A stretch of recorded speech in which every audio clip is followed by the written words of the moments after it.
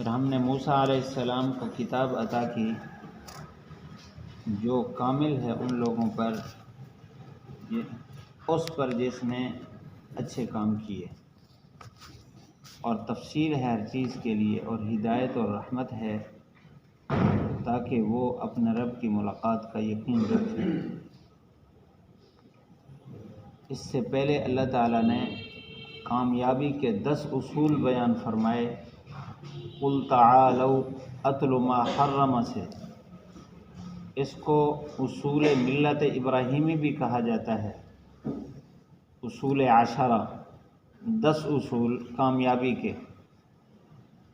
ان 10 اصولوں کے بعد اب اس آیت میں اللہ تعالیٰ نے تورات کے فضائل بیان فرمائے۔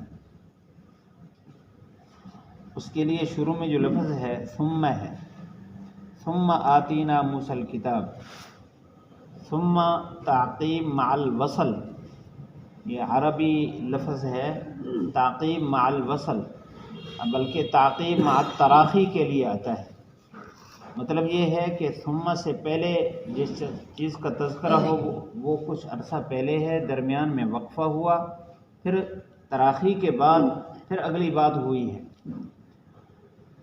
تو اس میں اشکال ہوتا ہے کہ اس سے تو یہ ظاہر ہوتا ہے کہ قرآن مجید پہلے نازل ہوا، عرصے کے بعد پھر اللہ تعالیٰ نے موسیٰ علیہ السلام کو تورات عطا کی، ثم آتینا موسیٰ الکتاب، پھر ہم نے موسیٰ علیہ السلام کو کتاب عطا کی۔ مفسرین فرماتے ہیں کہ حقیقت میں اس کا تعلق ہے پچھلے قل کے ساتھ، اور اس ثم کے بعد کچھ عبارت محذوف ہے، قل لہم، یعنی مطلب یہ ہے کہ پہلے آپ ان لوگوں کو یہ باتیں بتا دو کہ اللہ نے تمہارے لیے یہ چیزیں حرام کی ہیں، اور والدین کے ساتھ احسان کرو، اولاد کو قتل نہ کرو، یہ چیزیں، یعنی 10 اصول یہ اختیار کرو۔ اللہ تعالیٰ کا یہ حکم ہے۔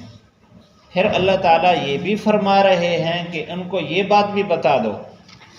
اب پہلے یعنی یہ بات بتانی ہے، پھر حضور صلی اللہ علیہ وسلم کو حکم ہے کہ اس کے بعد یہ بات بھی بتا دو کہ ہم نے موسیٰ علیہ السلام کو اس سے پہلے بھی کتاب عطا کی تھی، اس قرآن سے پہلے۔ آتینا موسیٰ الکتاب، وہ جو کتاب تھی وہ تماماً علی الذی احسن، اس پر تمام تھی، یعنی مکمل احسان تھا جس نے اچھا کام کیا۔ اس معاشرے میں کیونکہ 2 طرح کے لوگ رہتے تھے، مشرکین تھے یا یہود تھے۔ مدینہ منورہ میں 4 قبیلے بلکہ 5 قبیلے تھے۔ 3 قبیلے یہود کے تھے، بنو قینقاع، بنو نذیر، بنو قریظہ، اور 2 مشرکین کے تھے، اوس اور خزرج۔ اس لیے اس کلام میں انہی 2 فرقوں کو خطاب کر کے متوجہ کیا جا رہا ہے۔ مشرکین اپنے آپ کو ملت ابراہیمی پر کہتے، تو اللہ تعالیٰ نے اس سے پہلے ملت ابراہیمی کے 10 اصول بیان فرمائے کہ ابراہیم علیہ السلام کی ملت میں تو یہ بات تھی کہ اللہ کے ساتھ کسی کو شریک نہیں کرنا، اولاد کو قتل نہیں کرنا، یہ کام نہیں کرنا۔ تو جو تم ملت ابراہیمی پر ہونے کا دعویٰ کرتے ہو تمہیں چاہیے ان اصولوں پر عمل کرو۔ اور دوسرے تھے یہود۔ اب یہودیوں کی طرف خطاب ہے کہ اس قرآن سے پہلے ہم نے موسیٰ علیہ السلام کو جو کتاب عطا کی ہے وہ کتاب بھی بڑی کامل کتاب تھی۔ جتنا آسمانی صحیفے اور کتابیں اتری ہیں، قرآن مجید کے بعد سب سے اونچا درجہ تورات کا ہے، اور تورات میں اللہ تعالیٰ نے تفصیلی احکام بیان فرمائے۔ اس لیے یہاں فرمایا تماماً علی الذی احسن، علی الذی احسن، اس پر تمام ہے جس نے اچھا کام کیا۔ اس سے مراد خود موسیٰ علیہ السلام ہے کہ موسیٰ علیہ السلام کی زندگی ایک نبی کی زندگی ہے، اور نبی کی زندگی بہت اچھی، خوبصورت اور پاکیزہ زندگی ہوتی ہے، اس لیے اس سے وہ مراد ہے۔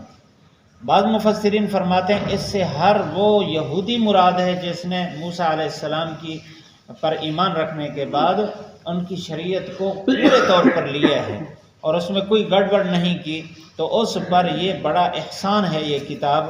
وَتَفْصِيلًا لِكُلِّ شَيْءٍ، دوسری صفت بیان فرمائی کہ یہ تورات ہر چیز کے لیے تفصیل ہے۔ ہر چیز سے مراد کلو شے نہیں ہے، بلکہ ہر چیز سے مراد ان کے دین میں جتنی ضروریات تھیں ان ضروریات میں سے ہر چیز کو تفصیل سے بیان کیا ہے۔ جس طرح ہماری شریعت اسلام یہ کامل اور اکمل ہے، قیامت تک کے لیے آنے والے لوگوں کے لیے یہی ہدایت ہے، تو یہاں قیامت تک آنے والے لوگوں کے لیے ہر چیز کو تفصیل سے اللہ تعالیٰ نے بیان فرمایا، اور آپ صلی اللہ علیہ وسلم نے اس کی تشریح فرمائی، یعنی کامل شریعت ہے، کسی چیز کی مزید تفصیل کی ضرورت نہیں ہے۔ اسی طرح ان کے دین کے لیے بھی تورات میں ہر چیز کو تفصیل سے بیان کیا گیا تھا۔ وَہُدًى، یہ اسی کی گویا مزید وضاحت ہے، یہ ہدایت تھی، یعنی یہودی جب اس راستے پر چلتے تو وہ ہدایت پر ہوتے، وَرَحْمَةً، یہ اس ہدایت کا نتیجہ اور اختتام کے طور پر، یعنی جو بھی آدمی تورات پر عمل کرتا اللہ تعالیٰ کی طرف سے اس پر رحمت نازل ہوتی اور وہ صحیح راستے پر ہوتا، اللہ تعالیٰ کا مقرب بنتا۔ اللہ تعالیٰ نے یہ کتاب کیوں عطا فرمائی تھی؟ لَعَلَّهُمْ بِلِقَاءِ رَبِّهِمْ يُؤْمِنُونَ، تاکہ یہ لوگ اپنے رب کی ملاقات کا یقین رکھیں کہ ہم نے مرنے کے بعد پھر اللہ تعالیٰ کے پاس جانا ہے۔ اسی تورات کے اندر یہ مضمون بھی تھا کہ آخر میں حضور صلی اللہ علیہ وسلم آنے والے ہیں، یہ مضمون بھی تھا کہ اس کے بعد قرآن مجید نازل ہوگا جو پچھلی کتاب تورات کو منسوخ کر دے گا، اس میں حضور صلی اللہ علیہ وسلم کی مکمل نشانیاں تھیں۔ تو جب یہ ساری چیزیں تفصیل میں تورات میں موجود ہیں اور تم اے یہودیو تورات پر ایمان رکھتے ہو، تو پھر اس بات پر بھی ایمان رکھو، اگر پوری تورات پر ایمان رکھنا ہے کہ آخری نبی جو آنے والے ہیں یہ پہلی شریعت کو منسوخ کرنے والے ہیں، آخری کتاب پہلی کتابوں کو منسوخ کرنے والی ہے، تو جب اپنے رب سے ملاقات کرنی ہے تو پھر اس کے مطابق زندگی گزاریں گے تو رب سے ملاقات میں کامیابی ہوگی۔